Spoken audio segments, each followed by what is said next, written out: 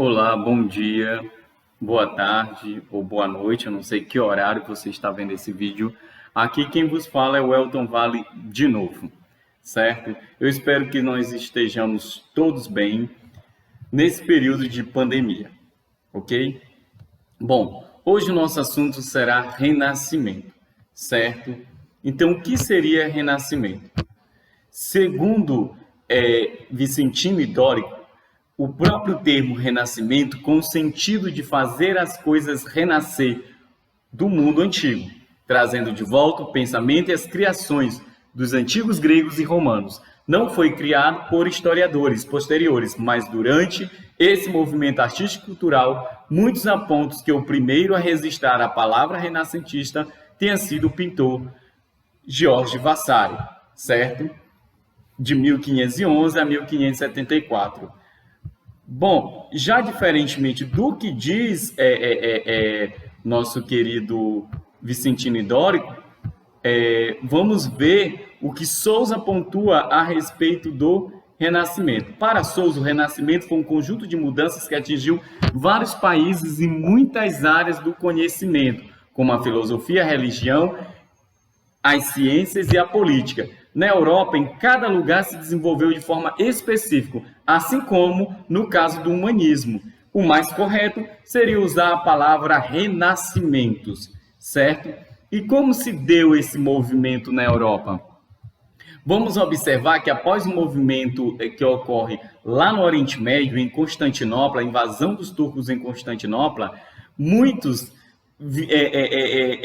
vieram a se esconder, a se refugiar na Península Itálica.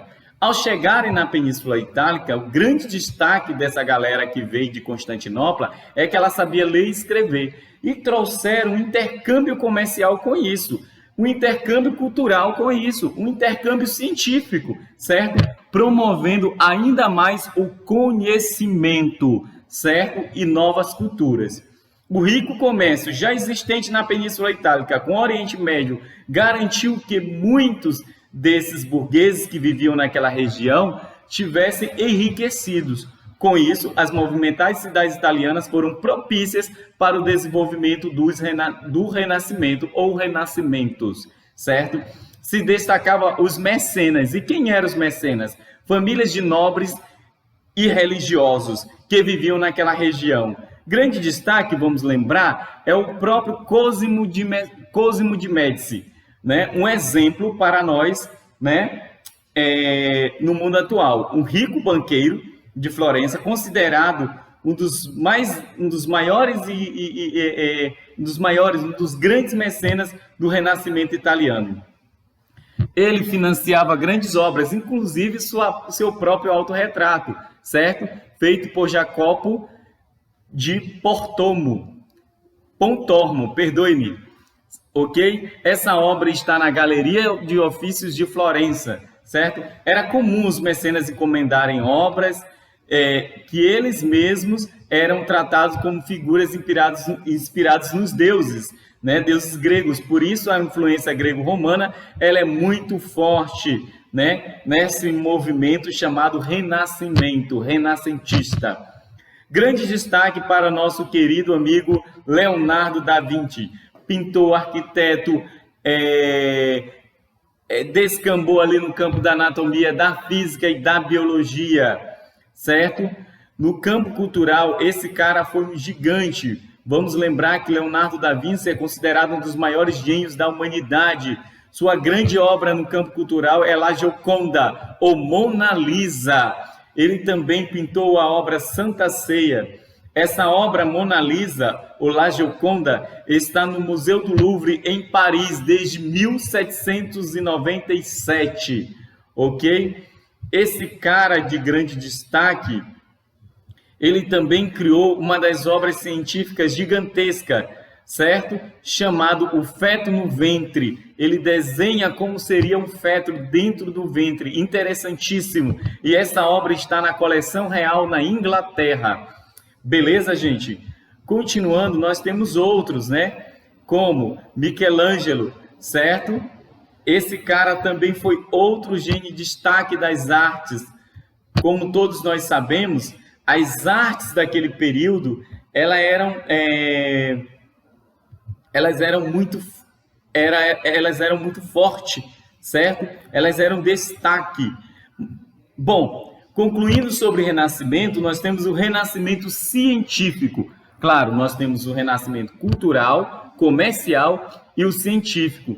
Vamos destacar Galileu Galilei, Johannes Kepler, Nicolau Copérnico, entre outros, né? A teoria do geocentrismo foi combatida apresentando a teoria do heliocentrismo por Nicolau Copérnico, onde a Terra se movia em torno do Sol, né? Utilizando os cálculos de Copérnico, Galileu Galilei produziu fórmulas e instrumentos capazes de observar não só o movimento da Terra, como dos outros astros. Mais tarde vem Johannes Kepler, responsável por refazer os cálculos e aprimorar a teoria heliocêntrica de Copérnico. Oxe, hoje estou falando desse jeito. Kepler também contribuiu para o aperfeiçoamento do telescópio desenvolvido por Galileu Galilei. Entretanto, sua maior colaboração para a astronomia renascentista foi o estudo das órbitas dos astros. Para Copérnico, elas eram circulares. Para Kepler, por sua vez, ele apresenta que o corpo celeste executava uma trajetória em órbita elíptica. A Igreja reagiu com essas descobertas e mandou decapitar meu amigo, certo? Pois os conhecimentos que eles difundiam explicavam os fenômenos segundo as leis da natureza e não com base divinas. A teoria defendida pelos cientistas renascentistas contradizia a Igreja e a Igreja não gostou. Então, olha, gente, não é que os caras eram ateus, mas os caras defendiam uma nova forma de ver o mundo. Eles não eram vistos como ateus, certo? Como ateus. Ó, erro grave. Como ateus, mas eram vistos como defensores da razão. E aí a Igreja promoveu a Santa Inquisição para que essa galera viesse a reverter o seu pensamento. Galileu Galilei queimou várias de suas obras.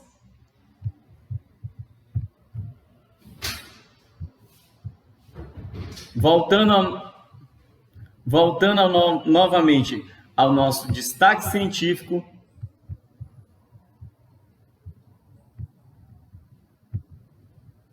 Deu problema aqui, né, gente? Voltando novamente ao nosso destaque científico, nós temos a expansão desse renascimento na Europa, principalmente na Holanda, né? Naquele período a gente conhecia como Países Baixos, né? Flandres e Holanda, né? Nós destacamos como Países Baixos. A burguesia, ela vai muito influenciar para o desenvolvimento do projeto renascentista, porque para a burguesia, né? Havia também aí uma forma de se ascender politicamente, socialmente e culturalmente. Vamos lembrar da ascensão de novas instituições, como o banco e as universidades. Na literatura e no teatro, nós temos também destaque. Além da pintura, temos literatura e o teatro. Na literatura, nós vamos dar destaque para Erasmo de Roterdã, que representou os altos ideais do pensamento renascentista no norte da Europa. A Península Itálica está numa região, norte, né? Em outra, vamos lembrar disso. A expressão artística também vai contribuir de forma significativa para a reforma protestante que vai acontecer na Europa, né? Então, vai ser todo um acúmulo que vai gerar situações para a igreja. Outra, o desenvolvimento para as grandes navegações, chegando até aqui na América, da América, a grande processo de colonização, América Portuguesa, América Espanhola, América Inglesa, América Francesa, certo? América Holandesa. Aí nós vamos ter outros grandes, né? Além de Erasmo de Roterdã. Erasmo, ele escreve uma das maiores obras daquele período, o Elogio da Loucura. Já na França, nós vamos ter François de Rabelais, né?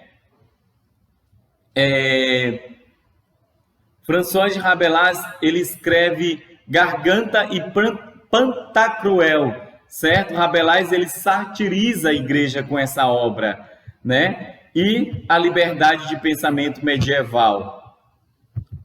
A falar nisso, naquele período, vamos lembrar que na Alta Idade Média quase não existia o pensamento medieval.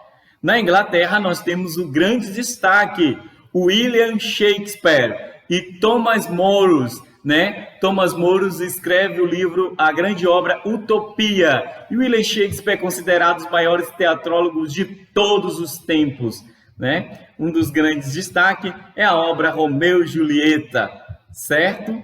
Eu acho incrível essa obra até hoje. Claro que a gente não deve tanto se encantar, e isso trazendo para a nossa realidade, mas vendo como uma obra, como um encantamento científico, né? Não no nosso conjunto real, acredito eu, certo? Tem gente que quer viver Romeu e Julieta. Então, assim, nós terminamos nossa aula sobre renascimento. O renascimento, ele contribui de forma significativa para a mudança do homem, para o pensar do homem, para o agir do homem, contribuiu para as grandes navegações, contribuiu para as reformas protestantes, contribuiu para você ter mudanças e o princípio da razão nos dias de hoje. Um forte abraço, estamos juntos até as próximas aulas. Vamos lá, galerinha, agora deixa o seu like, se você curtiu, né? E claro, o seu comentário abaixo.